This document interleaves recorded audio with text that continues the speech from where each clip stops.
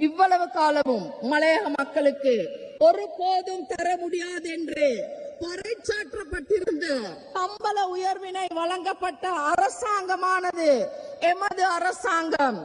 அதிலும் நாங்கள் முக்கியமாக மலையக பெண்களுடைய சுகாதார தேவை, கல்வி தேவை, அதே போலத்தான் அவர்களுடைய அடிப்படை மனித உரிமைகளை பேணி கொடுப்பதற்காக பொருளாதாரத்தில் அவர்களை பலப்படுத்துவது அவசியம், அவர்களை கட்டியெழுப்பது அவசியம்.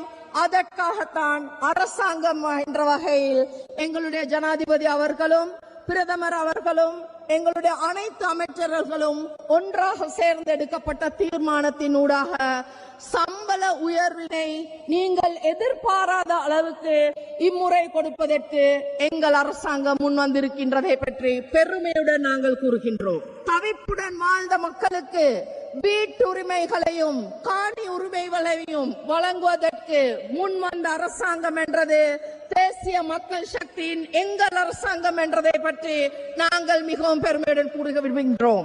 இம்முறை 450 மில்லியன் ரூபாய் பெண்களை வலுப்படுத்துவதற்காக மகளிர் பணியகத்துக்கு ஒதுக்கப்பட்டிருக்கு. கட்டாயமாக பெண் தலைமைத்துவ குடும்பங்கள், தனியாக இருக்கின்ற பெண்கள், அதே போல சிறுவர்களுடன் பரிதாபத்தில் வாழ்கின்ற பெண்கள் அனைவருமே தொழில் முனைவோர்களாக கட்டியெழுப்பி சமுதாயத்தை வலுப்படுத்தி தூக்கி விடுவோம் என்ற நம்பிக்கையை நாங்கள் உங்கள் மத்தியில் நிலைநாட்டுகின்றோம்.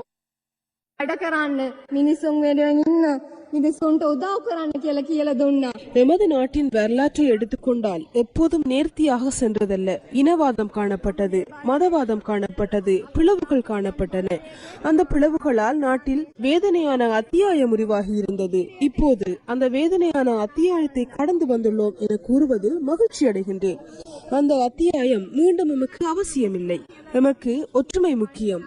சிங்களம், முஸ்லிம், தமிழ், பரங்கியர், மலையாக இருக்கலாம். இங்கு கலாசாரம் வேறுபடலாம், நாம் பேசுகின்ற மொழி வேறுபடலாம்.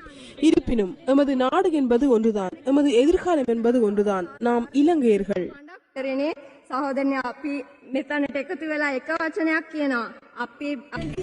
மகளிர் தின கொண்டாட்டத்தின் நிறைவில் ஜனாதிபதி அனுரகுமார திசாநாயக்க, பிரதமர் கலாநிதி ஹரணி அமரசூரி ஆகியோருக்கு கலந்து கொண்ட பெண்களிடமிருந்து உற்சாக வரவேற்பு கிடைத்தது.